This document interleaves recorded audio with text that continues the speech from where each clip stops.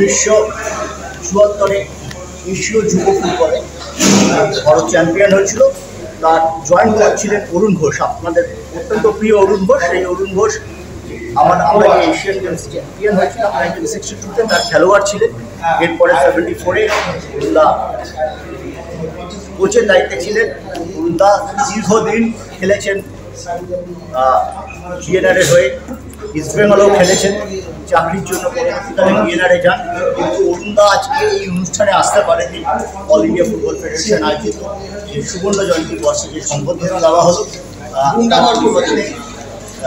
রয়েছেন তার জামাতা নতুন সরকার, প্রাক্তন আন্তর্জাতিক খেলোয়াড়, জাতীয় চ্যাম্পিয়ন। ঠিক কি হলো আজকেই অরুণদা হাসপাতালে ভর্তি হলেন, অনুষ্ঠানে আসতে পারলেন না, কি হয়েছে? উনি ঠিকই ছিলেন। গত দুদিন ধরে গলায় একটা প্রবলেম হচ্ছিল, সিজ অপারেশন হয়েছিল বছরখানেক আগে। তারপর থেকে গলায় খেতে পারছে না দুদিন ধরে। আমরা রিস্ক নিয়ে বিপিটাও একটু বেড়ে গেছে, যে প্রেশার হয়ে গেছে। তাই জন্য আজকে সকালেই ঠিক করলাম যে বিএনআর হসপিটালে নিয়ে যাবো।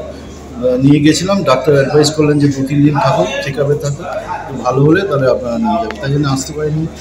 খুবই দুঃখের।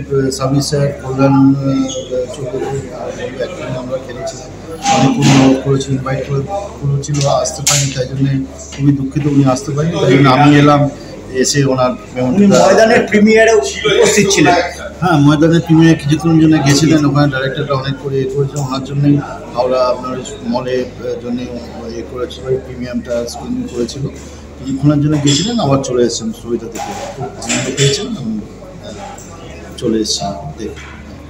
আমরা আশা করব দ্রুত সুস্থ হয়ে উঠবেন আমাদের প্রিয় অরুণদা এবং আবার ফিরে আসবেন এরকম ফুটবল ফ্যাকাল্টির কোনো অনুষ্ঠানে।